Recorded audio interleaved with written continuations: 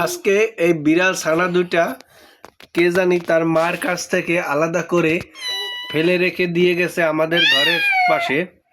আমি এদের আশ্রয় প্রদান করেছি। আমার একটা খাঁচা ছিল, খরগোশের খাঁচা। এই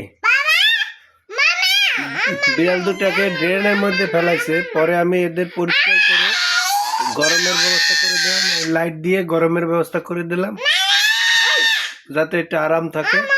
এবং তাদেরকে আমি মাছের খাবার দিয়েছি, মাছ দিয়েছি, ভাত দিয়েছি, জলের ব্যবস্থা করে দিয়েছি।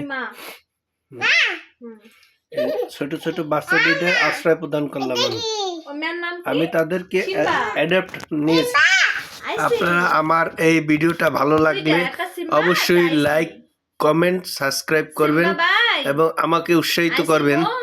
হ্যাঁ, আর এই ভিডিও থেকে যে টাকা উপার্জন হবে আমি এই বিড়াল দুইটার সেবায় নিয়োজিত করব অবশ্যই।